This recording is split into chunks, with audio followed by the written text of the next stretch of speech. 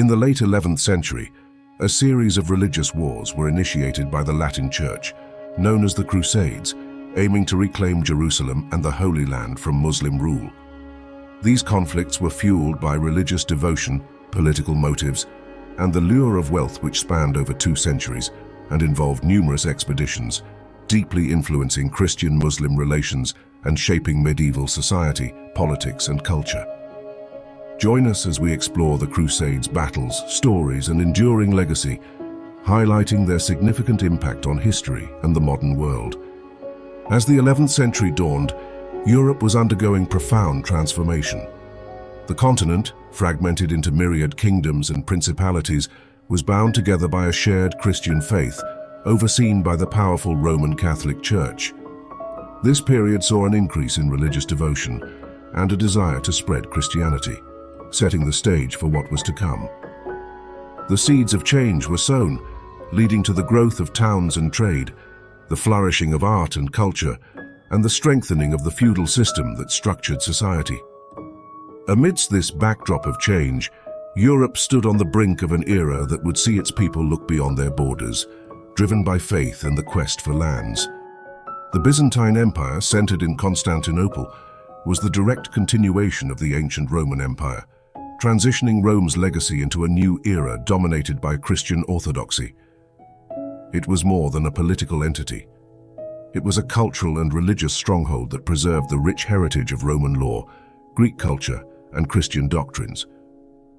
Constantinople, the empire's heart, was a marvel of medieval engineering and architectural beauty, boasting landmarks like the Hagia Sophia. This city was not just the political capital, it was the cultural and spiritual center that attracted scholars, artists, and theologians. The Byzantines were instrumental in preserving the knowledge of the ancient world, acting as a bridge between the classical past and the medieval future. Meanwhile, a new power was rising in the Middle East, the Seljuk Turks. Recent converts to Islam, the Seljuks embarked on a series of rapid military campaigns, extending their reach into the heart of the Byzantine. On August 26, 1071, the fate of the Byzantine Empire hung in the balance on the plains near Manzikert, where it faced a formidable challenge from the rising Seljuk Turks in the Battle of Manzikert. Emperor Romanos IV Diogenes, seeking to push back the advancing Seljuk Turks led by Sultan Alp Arslan, marched into the heart of Anatolia. The Byzantine army, though well-equipped and numerous, was not prepared for the hit-and-run tactics of the Seljuk cavalry, who harassed and whittled down their forces. The battle reached its zenith when Alp Arslan offered peace, but Romanos, confident in his army's strength, rejected the offer. This decision would lead to a catastrophic defeat for the Byzantines. The Seljuks feigned a retreat, drawing the Byzantine forces into a trap.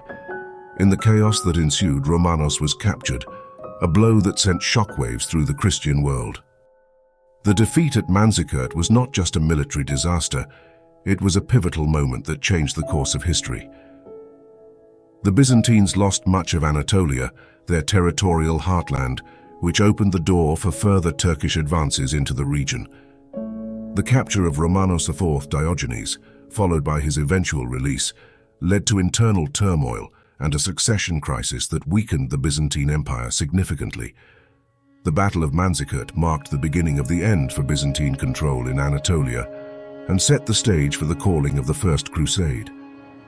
It was a moment where the balance of power shifted in the medieval world, signaling the rise of the Seljuk Turks and challenging the Christian dominion of the Eastern Mediterranean. In November 1095, Pope Urban II seized upon the Byzantine plea for aid and the growing Seljuk threat to issue a groundbreaking call to arms at the Council of Clermont. His speech, infused with religious zeal and the promise of spiritual salvation, urged the Christians of Europe to embark on a holy war to recapture Jerusalem and the Holy Land from Muslim rule. Urban's call was not merely a response to Byzantine requests, but a visionary appeal to unify Christendom under the banner of the cross, promising forgiveness of sins for those who joined the cause. The impact of Urban's speech was immediate and profound, resonating across Europe and igniting a wave of religious fervor. Knights and peasants, motivated by faith, the lure of wealth, or the desire for adventure, pledged to join the crusade, marking the beginning of an epic mobilization. This diverse force, driven by a common cause, would journey across continents towards the Holy Land, embarking on what would become the First Crusade, a saga of battle, faith, and a quest for power that would span 200 years. Urban's eloquence and the urgency of his message sparked a fervor that led to the mobilization of thousands, marking the beginning of the First Crusade. This pivotal moment was not just a call to war, it was a mandate that sought to channel the militant piety of the age into a unified force, setting the stage for a confrontation that would span centuries. As the clarion call of Pope Urban II reverberated across Europe, an unprecedented mobilization began. From the nobles and knights to the common peasants, men of all standings were united under the banner of the cross, driven by a promise of spiritual salvation and the lure of earthly gains. In 1096, inspired by Pope Urban II's call, the First Crusade commenced, a mobilization of warriors from across Christendom, united under the cross. Among them was the People's Crusade, a precursor to the main force led by Peter the Hermit. Lacking military discipline and adequate provisions, this ragtag army faced immense hardships, including attacks by Turkish forces, leading to heavy losses even before reaching the Holy Land. The main Crusader army, composed of knights and soldiers from France, Germany, and Italy, embarked on a perilous journey marked by logistical challenges and fierce battles against Muslim forces. In October 1097, the Crusader forces, a diverse assembly of knights and soldiers from across Europe, laid siege to Antioch, a city key to securing the route to Jerusalem. Antioch was a jewel of the Middle East, boasting formidable defenses and a rich history. The Crusaders, aware of the city's strategic and symbolic significance, braced themselves for one of the most grueling challenges of their expedition.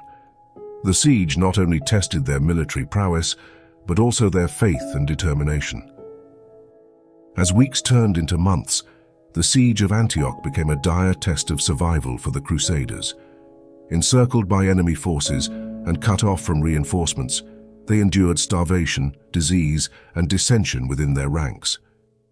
The situation grew desperate as the winter months approached, with the specter of defeat looming over the beleaguered army. However, the Crusaders' fortunes changed when they discovered an overlooked section of the city's defenses, providing a glimmer of hope in their darkest hour. This discovery rekindled their resolve, uniting them for a decisive push against the city's defenses.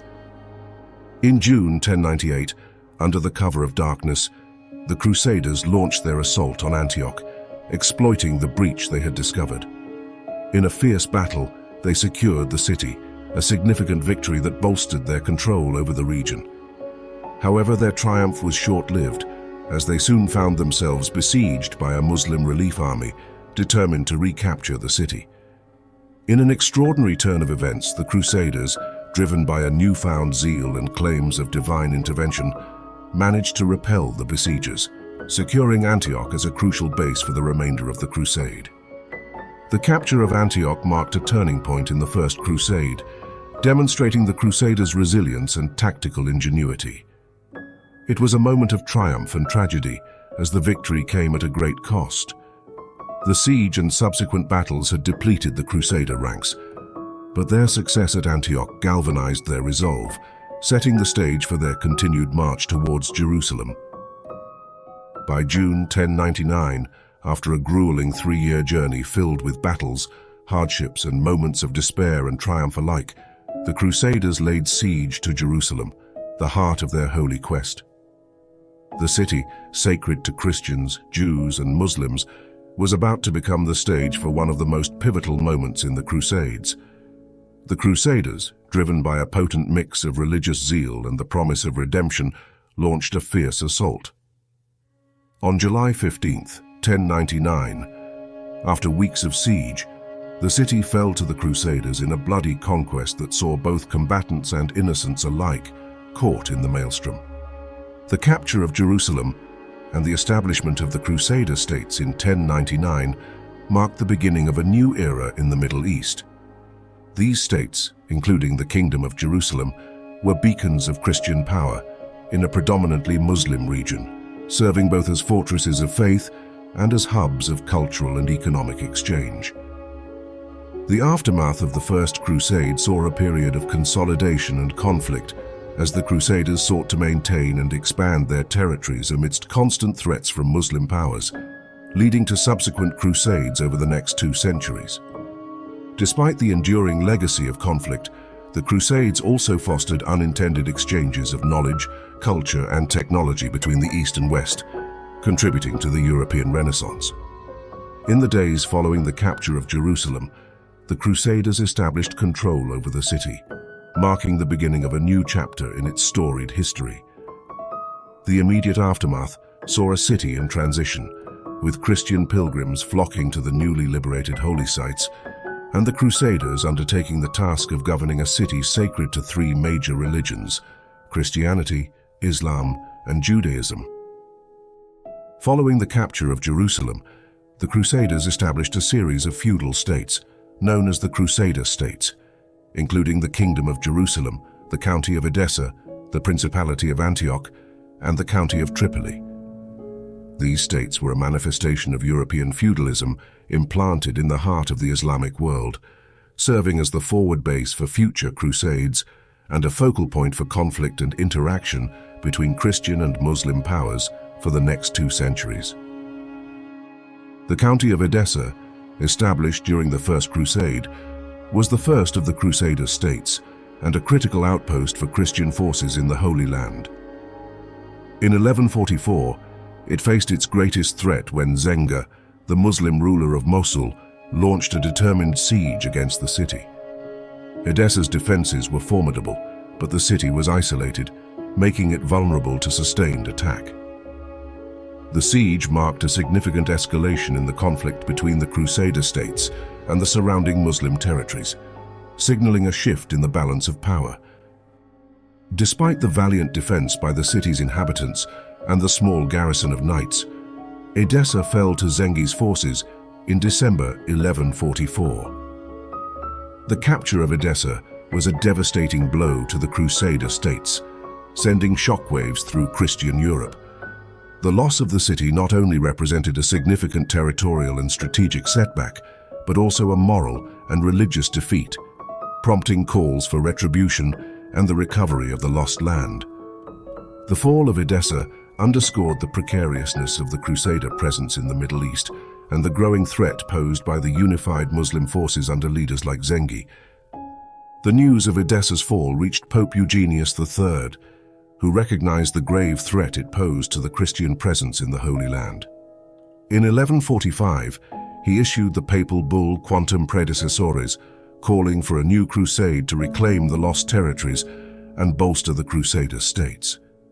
King Louis VII of France and Emperor Conrad III of Germany, moved by the Pope's plea and the plight of their fellow Christians, answered the call, leading the Second Crusade. This mobilization of forces across Europe was not just a military response, it was a manifestation of the enduring Christian commitment to the Holy Land, fueled by a deep religious fervor and the chivalric ideals of the time. The fall of the County of Edessa to Muslim forces in 1144 was a pivotal event that catalyzed the Second Crusade, illustrating the fragile nature of the Crusader states and the complex interplay of political, religious, and military forces in the medieval Middle East. The journey to the Holy Land was fraught with difficulties from the outset. Emperor Conrad III led his German forces through a perilous route across Byzantium, facing logistical nightmares and a lack of cooperation from the Byzantine Emperor Manuel I Comnenus, who viewed the crusading armies with suspicion. Meanwhile, King Louis VII's French army took a southern path, only to face similar challenges. The long march through unfamiliar and hostile territories tested the resolve of the Crusaders, with many perishing from disease, starvation, or skirmishes with local forces. The grand vision of the Second Crusade began to crumble under the weight of its own ambition. In the summer of 1148, the leaders of the Second Crusade faced a critical decision. After much deliberation, they chose Damascus, a city with a storied history and significant strategic value, as their next target. Damascus was not just a wealthy trade hub. It was also seen as a vulnerable point in Muslim defenses that, if captured, could significantly alter the balance of power in the Crusaders' favor. This decision, born out of a mix of strategic calculation and desperate ambition, set the stage for one of the Crusades' most pivotal moments. As the Crusader forces laid siege to Damascus in July 1148, their initial optimism was bolstered by the city's surrounding orchards, which provided them with food and resources. However, the defenders of Damascus were resolute, fortifying their defenses and launching spirited counterattacks against the besieging forces. The siege, intended to be a swift and decisive victory for the Crusaders, quickly became a grueling standoff, testing the limits of their resolve and resources. Just 4 days into the siege, the situation for the Crusaders deteriorated rapidly. The defenders of Damascus executed a strategic maneuver, cutting off the Crusaders' access to vital supplies by reclaiming the surrounding orchards. Combined with rising tensions and disagreements among the Crusader leadership, morale plummeted. Faced with the prospect of a counter-siege and with their supply lines compromised, the Crusader forces made the difficult decision to retreat. This retreat not only marked the failure of the siege, but also symbolized the broader futility of the Second Crusade, dealing a severe blow to the morale and prestige of the crusading movement in Europe. The siege of Damascus in 1148 marked not only the end of the Second Crusade, but also served as a serious lesson for future crusading efforts. It highlighted the unpredictable nature of warfare and the enduring resilience of the city's defenders. This event serves as a clear example of the challenges of medieval warfare and the complexities of intercultural and political dynamics in the Crusader era. Despite the high hopes and fervent spirit that set it in motion, the Second Crusade ended in disappointment.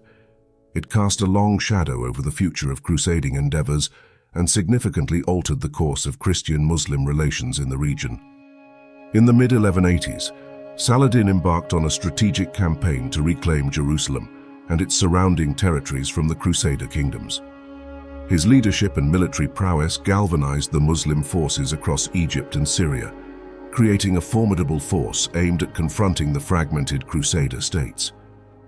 Saladin's campaign was marked by a series of calculated maneuvers and victories, culminating in the decisive Battle of Hattin in July 1187, where the Crusader army suffered a catastrophic defeat. The Battle of Hattin became the turning point in Saladin's campaign. The Crusader army, parched and exhausted from the heat and lack of water, was effectively surrounded and defeated by Saladin's forces. The loss was devastating, not only in terms of manpower but also symbolically, as the true cross, carried into battle by the Crusaders, was captured. This defeat left the Crusader kingdoms vulnerable and paved the way for Saladin's march towards Jerusalem. Following the victory at Hattin, Saladin laid siege to Jerusalem in September 1187. After several days, realizing the futility of resistance and to avoid the bloodshed of a direct assault, the defenders negotiated a surrender. Saladin's treatment of the city's Christian population was marked by compassion and respect, allowing safe passage for those wishing to leave. On October 2, 1187, Jerusalem was peacefully surrendered to Saladin, marking the end of nearly 90 years of Crusader rule. In response to the catastrophic loss of Jerusalem to Saladin's forces in 1187, Pope Gregory VIII issued the papal bull Audita Tremendi, calling for a third crusade to reclaim the Holy Land. This call to arms resonated across Christendom, leading to an unprecedented alliance of kings. Richard the Lionheart of England, Philip II of France, and Emperor Frederick Barbarossa of the Holy Roman Empire vowed to lead their forces in person, marking the start of the Crusade of Kings. This mobilization symbolized a united Christian response to the Muslim reconquest, setting the stage for one of the most storied chapters in crusading history. Emperor Frederick Barbarossa, one of the most revered leaders of the Third Crusade, embarked on an ambitious overland journey to the Holy Land in 1189. Leading a vast army, Frederick faced the dual challenges of navigating the Byzantine Empire's complex political landscape and the rugged terrain of Anatolia. Despite initial successes, The crusade faced a calamitous setback in June 1190 when Frederick tragically drowned in the Salef River. This unexpected loss dealt a severe blow to the morale of his army and the broader crusading effort, underscoring the perilous nature of their mission. Meanwhile, Richard the Lionheart of England and Philip II of France opted for a sea route by embarking on a strategic maritime campaign that would lead them to critical victories in Sicily and Cyprus in 1191. These conquests not only provided valuable resources and strongholds for their crusading efforts, but also demonstrated the effectiveness of their naval power. However, the shared victories sowed seeds of rivalry between the two monarchs. Disputes over strategy, honor, and the distribution of spoils began to strain their alliance, foreshadowing the challenges that lay ahead in their quest to reclaim Jerusalem. The early phase of the Third Crusade was marked by significant trials that tested the resolve and unity of the crusading forces. The death of Frederick Barbarossa left a void in leadership that his son, Duke Frederick VI of Swabia, struggled to fill, highlighting the importance of strong and cohesive leadership in such vast undertakings. Meanwhile, the rivalry between Richard the Lionheart and Philip II introduced a layer of political complexity to the crusade, affecting strategic decisions and the cohesion of the Christian forces. Despite these challenges, the Crusaders pressed on, driven by a fervent desire to reclaim the Holy Land and spurred by their early successes in Sicily and Cyprus, which remained crucial to the overall campaign. The Third Crusade reached its military climax with the Siege of Acre in 1191, a hard-fought victory that showcased the Crusaders' determination. Under Richard the Lionheart's leadership, the Crusaders achieved further victories at Arsuf and Jaffa, demonstrating Richard's tactical genius and earning him the respect of friend and foe alike. However, despite their successes, the Crusaders faced the daunting reality that Jerusalem, the Crusade's ultimate goal, remained under Muslim control. The dream of recapturing the Holy City proved unattainable, leading to a strategic re-evaluation of their objectives. In 1191, the Siege of Acre marked a pivotal moment in the Third Crusade. This lengthy and arduous siege tested the mettle of the Crusaders, drawing combatants from across Europe under Richard the Lionheart's leadership. The city, a crucial port and stronghold in the Holy Land, became the scene of intense combat and strategic maneuvering. After months of siege, the city capitulated, handing the Crusaders a significant, albeit costly, victory. The fall of Acre not only highlighted the Crusaders' perseverance, but also became a critical foothold for further operations in the region. Following the Siege of Acre, Richard the Lionheart led the Crusaders south, culminating in the Battle of Arsuf in September 1191.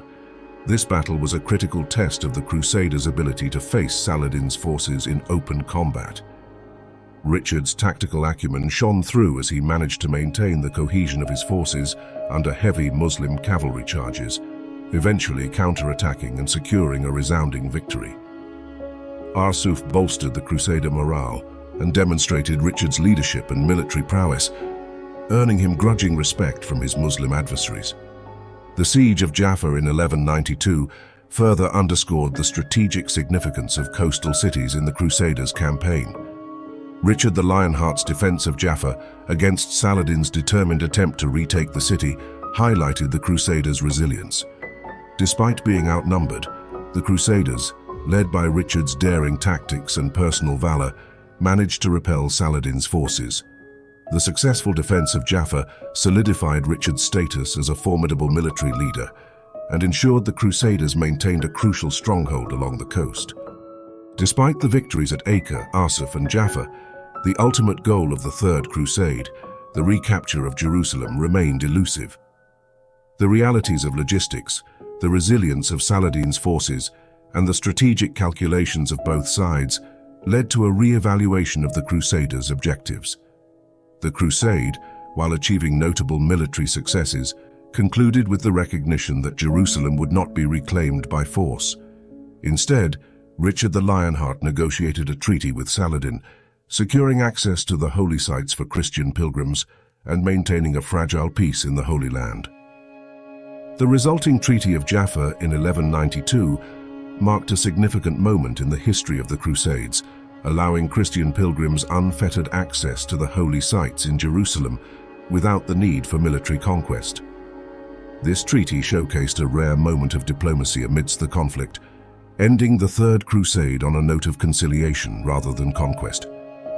The Crusaders returned home, their ambitions unfulfilled, but having secured a measure of religious freedom for pilgrims, reflecting the complex interplay of war and peace that defined the Crusader era. In 1202, Pope Innocent III's call for a Fourth Crusade to reclaim the Holy Land sparked fervent enthusiasm across Christendom. However, the Crusaders faced a logistical challenge: how to transport their army to the Middle East. They turned to Venice, the maritime superpower of the time, to secure passage. The negotiations with the elderly and blind Doge Enrico Dandolo led to an agreement that would dramatically alter the Crusades' course. Pressured by Venetian interests and the Crusaders' inability to pay the agreed sum for their transport, a deal was struck that first diverted their mission to Zara, now Zadar, Croatia, and ultimately to an even more astonishing target: Constantinople, foreshadowing the unexpected directions the crusade would take. The target was Zara, a wealthy Christian city that had previously rebelled against Venetian authority. In November 1202, the Crusaders, now entwined with Venetian economic ambitions, laid siege to Zara, marking a controversial pivot from their sacred mission to a path of political and financial expediency. The siege of Zara was just the beginning of the Crusades' diversion. The Crusaders found themselves further entangled in political machinations when they agreed to support a Byzantine claimant to the throne, Alexios Angelos, in exchange for substantial financial aid and military support for their campaign. This alliance set their sights on Constantinople, the heart of the Eastern Orthodox Christian world, and a city of immense wealth and strategic importance. In a striking departure from their original vow to liberate the Holy Land, the Crusaders prepared to lay siege to the Christian capital of Constantinople, heralding a profound shift in the course and character of the Fourth Crusade. In April 1204, the Crusaders, allied with the Venetians, laid siege to Constantinople, the heart of the Byzantine Empire and a bastion of Eastern Orthodox Christianity. The city, renowned for its wealth and splendor, fell to the Crusaders after a bitter siege. The subsequent brutal looting and destruction of Constantinople was devastating, with priceless artifacts looted, sacred sites desecrated, and both the populace and the city itself suffering immense damage. This event marked a profound betrayal of the crusading ideal, turning a mission intended for the Holy Land into a fratricidal conquest that deepened the schism between the Eastern Orthodox and Roman Catholic churches. The Fourth Crusade's diversion to and subsequent looting and destruction of Constantinople had far-reaching consequences. The Crusaders established the Latin Empire of Constantinople, ruling over the remnants of the Byzantine territories with a weakened grip. The Byzantine Empire, though it would eventually reclaim its capital in 1261, was left permanently weakened, its resources drained and territories fragmented. The events of the Fourth Crusade entrenched the division between the Eastern Orthodox and Roman Catholic churches, a rift that has persisted through the centuries. The legacy of the Fourth Crusade is one of unintended outcomes, demonstrating the unpredictable nature of such expeditions and leaving a mark of bitterness and betrayal that would long outlive the participants. In 1212, a remarkable and somber chapter unfolded in the history of the Crusades. Stephen of Cloyes, a young shepherd in France, and Nicholas, a German youth, independently claimed to have received divine visions. They preached that, armed with innocence and faith, children could succeed where armed knights had failed in peacefully reclaiming Jerusalem for Christianity. Their calls resonated deeply, mobilizing thousands of children, adolescents, and a handful of adults who set out with hopes of reaching the Holy Land. The Children's Crusade, driven by a mixture of faith and naivety, faced immediate and harsh realities.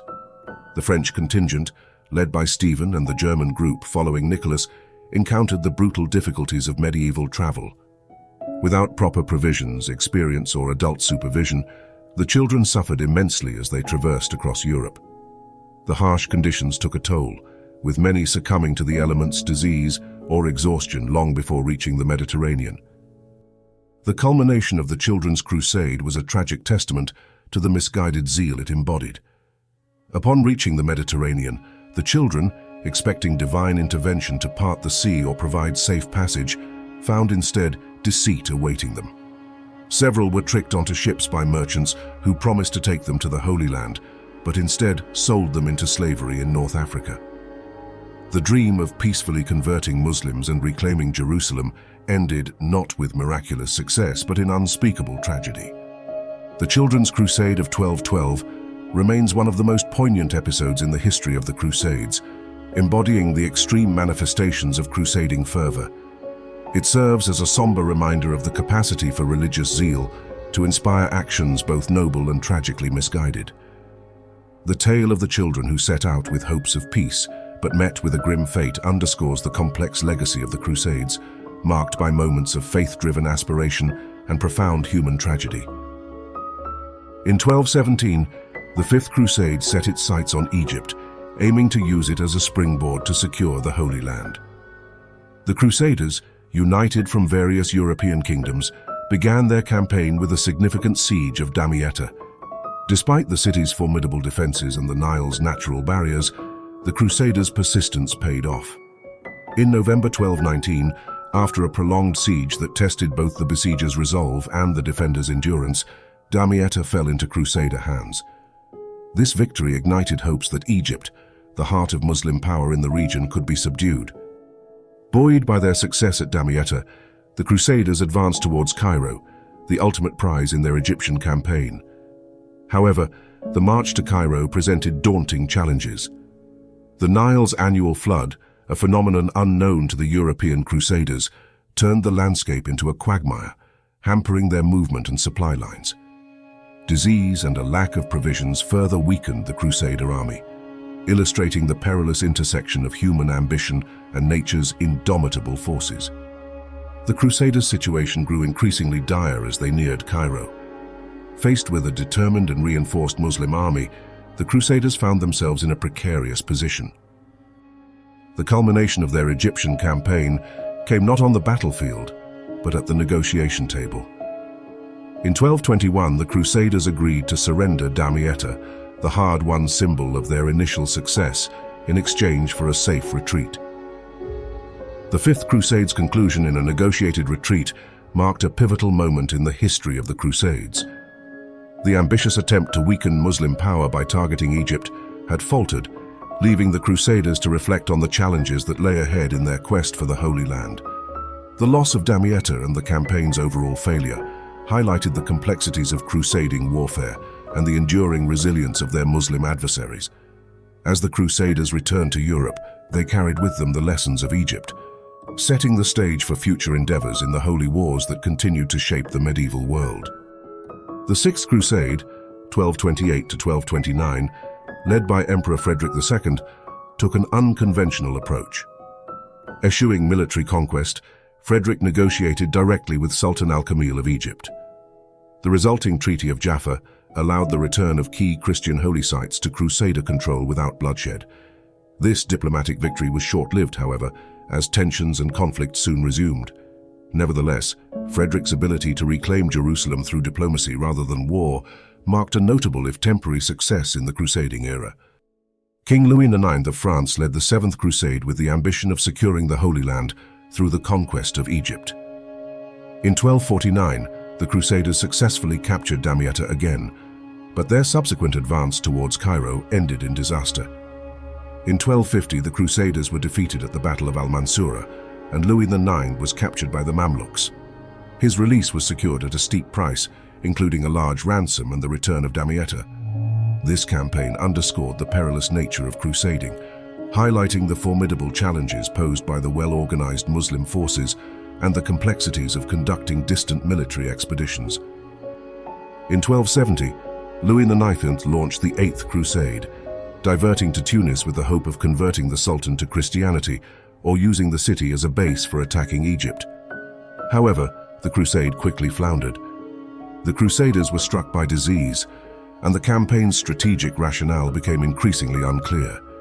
The death of Louis IX from illness marked a tragic end to the Crusade, with his surviving forces withdrawing without achieving any significant military or religious objectives. The Eighth Crusade's failure further illustrated the diminishing effectiveness and resolve of the crusading movement. The Ninth Crusade, led by Prince Edward in 1271 to 1272, represented the last major crusading effort to the Holy Land. Edward's arrival brought temporary hope, with his forces engaging in several military actions around Acre. Despite showing personal bravery and tactical skill, Edward's campaign achieved only minor successes. The broader strategic and political realities of the region, coupled with the emerging internal issues in England, necessitated his return home, leaving the Crusader states in a precarious position.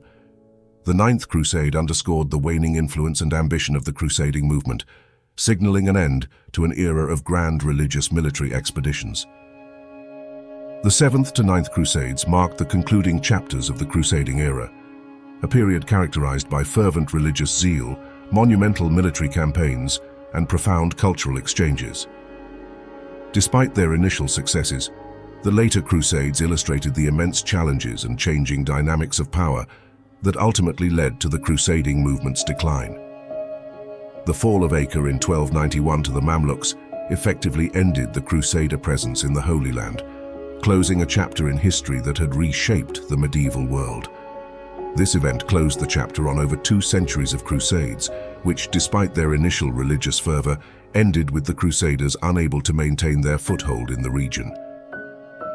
The legacy of the Crusades, with its blend of conflict and cultural exchange, had a profound impact on the medieval world, reshaping East-West relations, trade, and the cultural landscape of the Mediterranean for centuries to come, reminding us of the enduring impact of this remarkable period on the course of world history.